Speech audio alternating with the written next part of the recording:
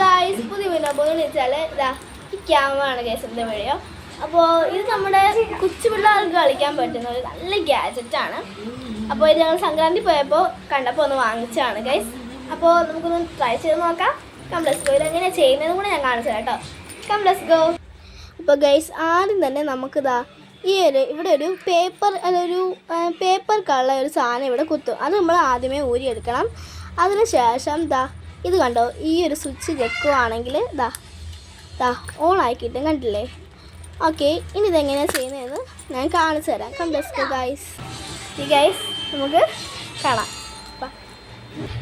അപ്പോൾ ഗൈസ് നമ്മുടെ camera ready ആയിട്ടുണ്ടെങ്കിൽ കാണിച്ചിരുന്നുണ്ടേ. കണ്ടില്ലേ ഗൈസ്, നല്ലൊരു ഗാഡ്ജറ്റാണ്. ഞാൻ ഇതാണ് പറഞ്ഞത്.